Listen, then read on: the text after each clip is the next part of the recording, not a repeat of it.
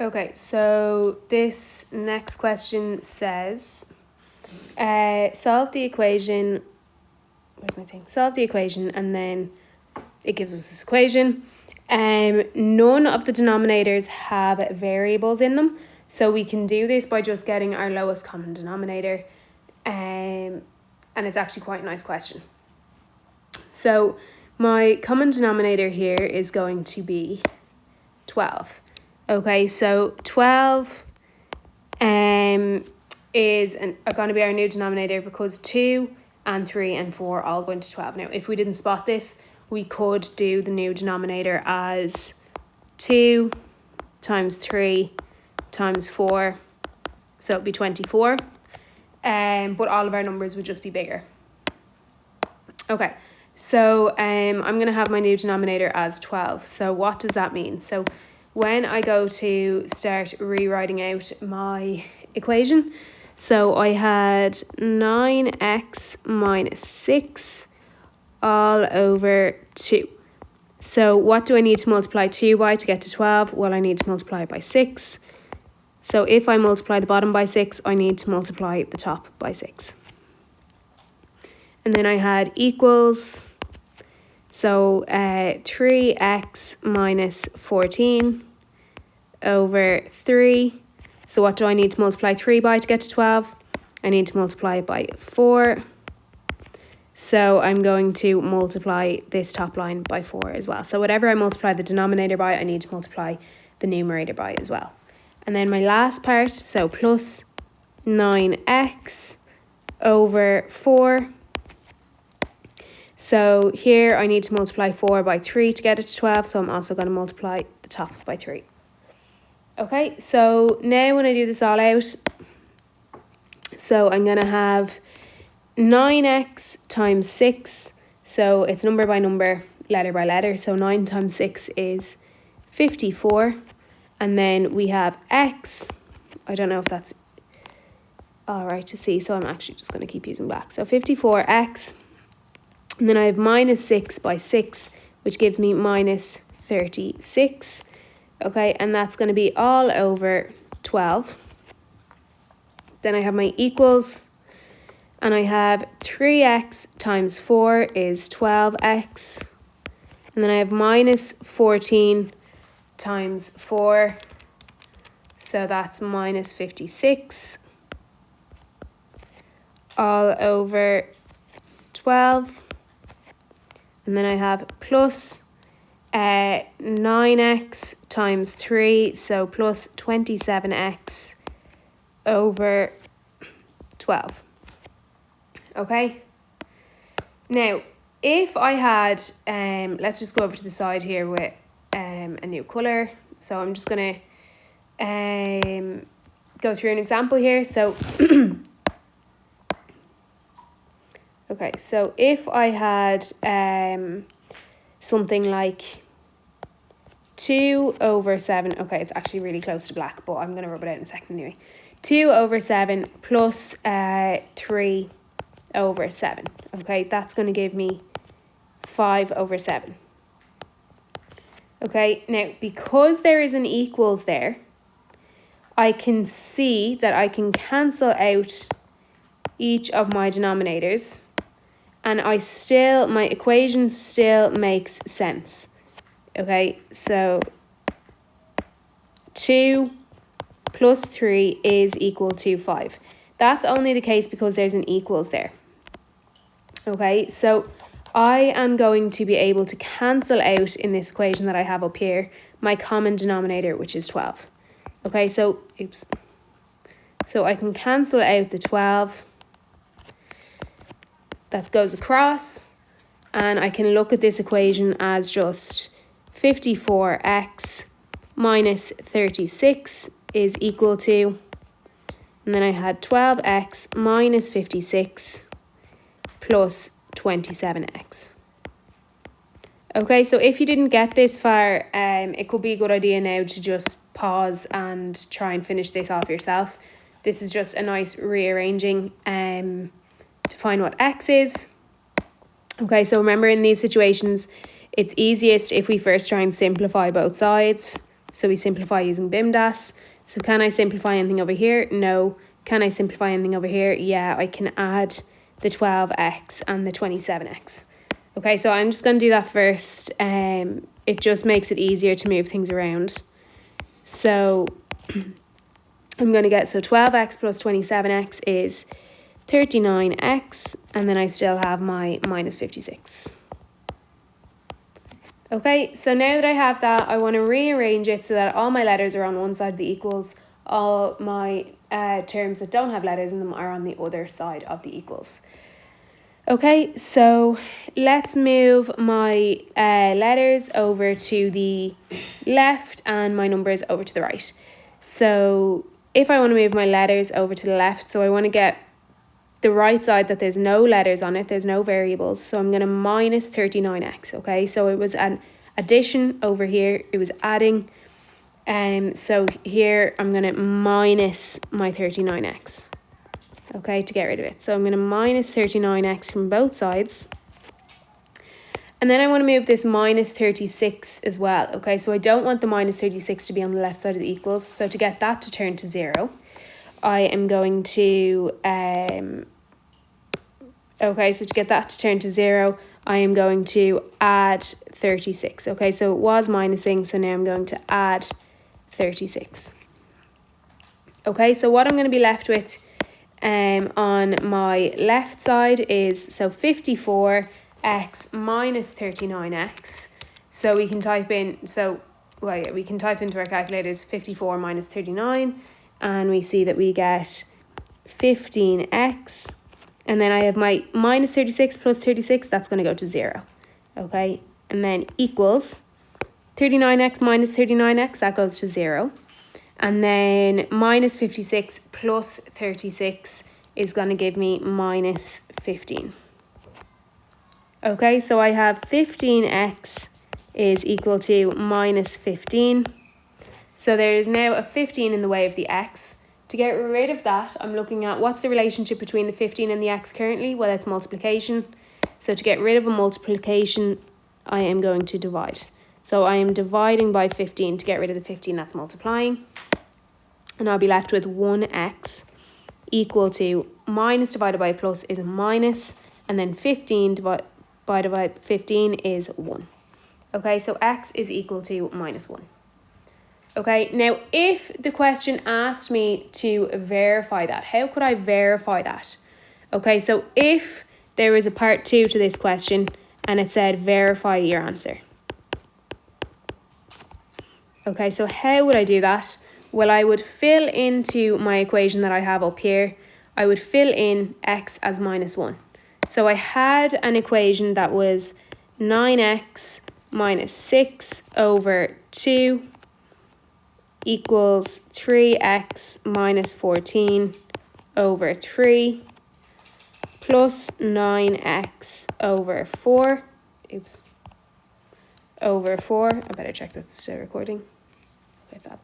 And I would fill in, anywhere that there's an x here, I can fill in my minus 1. Okay, so instead of x here, I would fill in minus 1. Instead of my x here, I would fill in minus 1. And instead of my x here, I would fill in minus 1. Okay, so if I was to try and verify this then, so I'd get 9 times minus 1 is minus 9. And then I had my minus 6, and that's over 2. Okay, I shouldn't have written an equals there. And then equals minus, or 3 by minus 1 is minus 3.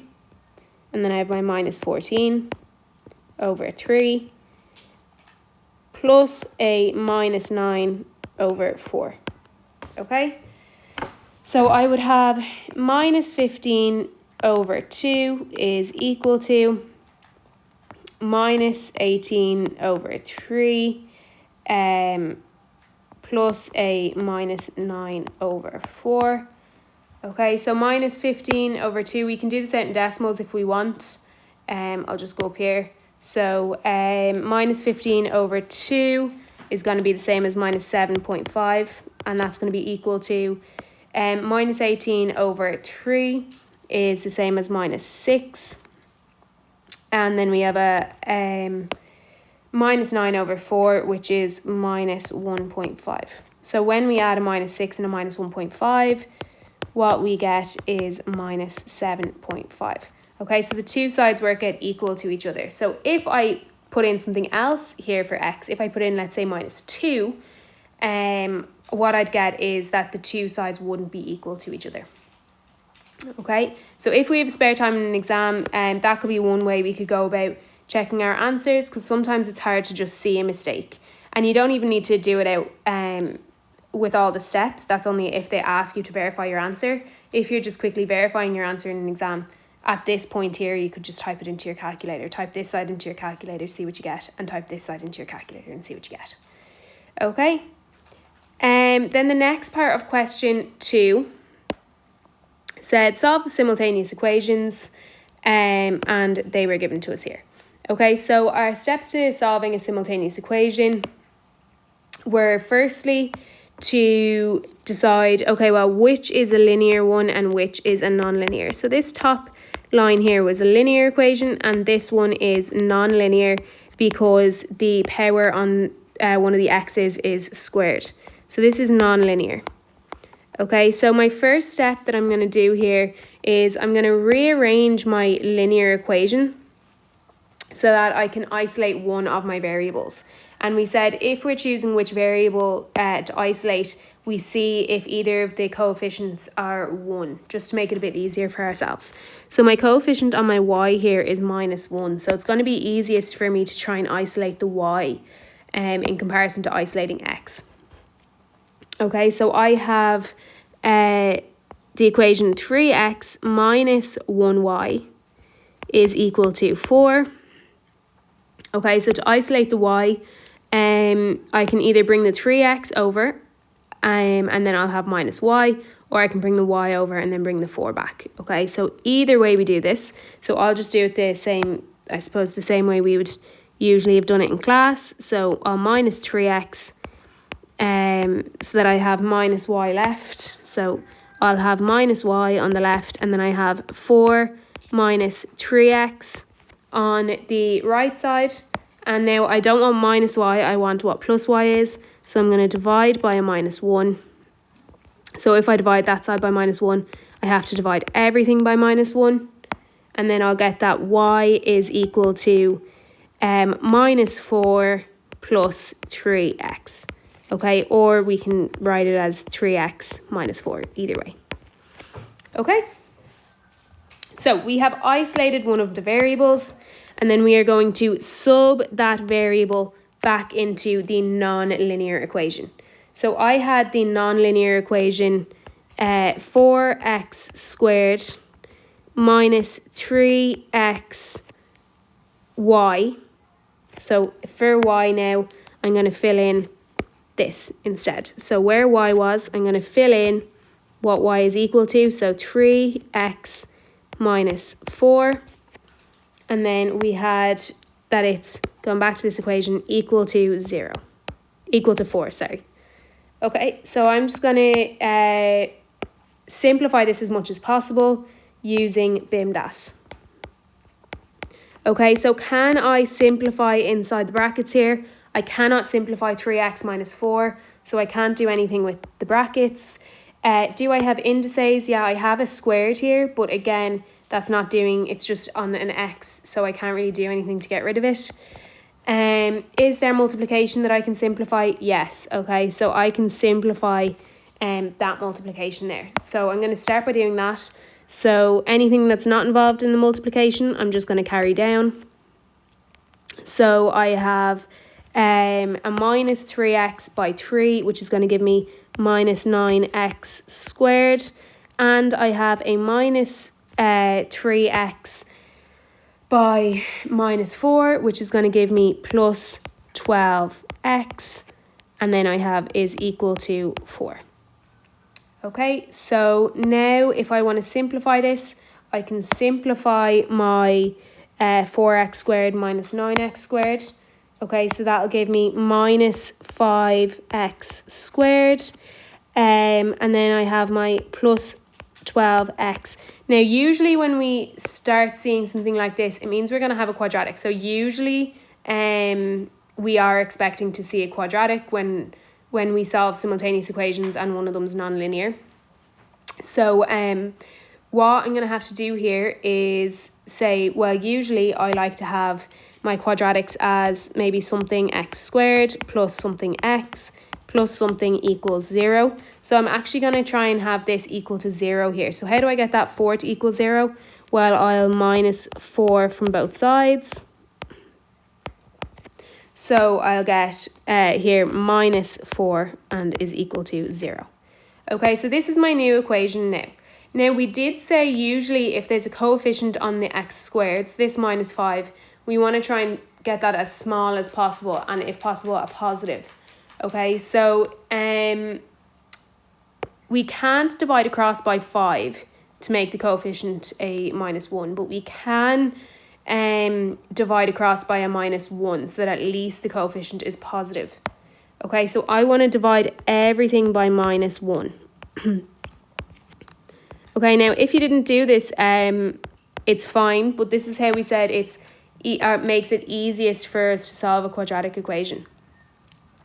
Okay, so we'd like to have been able to divide across by 5 as well, but 5 doesn't go in evenly to 12 or 4, so we can't divide across by 5. Okay, so we're going to have 5x squared and then minus 12x because it's being divided by minus 1 plus 4 again because it's being divided by minus 1 equals 0.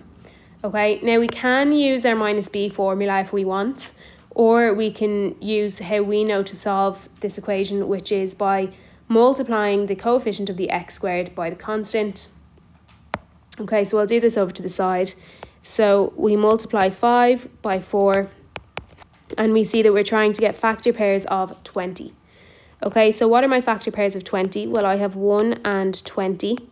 I have 2 and 10. 4 and 5. Okay, now they are multiplying to give me a plus 20 because it's a plus 5 and a plus 4, so it's a plus 20. So what multiplies to give me a plus 20? Well, it can be a positive and a positive, or it can be a negative and a negative. So I could also have a minus 1 and a minus 20, or a minus 2 and a minus 10, or a minus 4 and a minus 5. So now my next step is I need to see which of these add to give me my middle number. So add to give me a minus 12. Well, it's going to be my minus 2 and minus 10. Okay, so I'm going to sub out. Remember, we can't do our easy open the brackets, put the variable in and put these numbers in. We can't do that because the coefficient of the x squared wasn't 1. Okay, we had a number there that wasn't 1. So we're going to have to replace out this minus 12 with my minus 2 and minus 10 to give me 4 terms. So I can factorize it with grouping. Okay, so I'm going to rewrite out there my 5x squared and I'm going to replace the minus 12x with something that's equal to it. I'm going to replace it with a minus 10x and a minus 2x. Okay, so I haven't changed my equation what it's equal to at all, because I've just changed out what minus 12x is equal to as minus 10x and minus 2x. Okay, so now I can factorize it with 4 terms. So remember when we factorize with 4 terms, what we do is, so I'll try and get a few dark colours here. So we'll use dark purple for the first one. We factorize my first 2 terms together using highest common factor. So what's my highest common factor of these two? Well, it's 5x. And then I open up my brackets and I say, okay, what do I need to multiply 5x by to get 5x squared? I need to multiply it by x.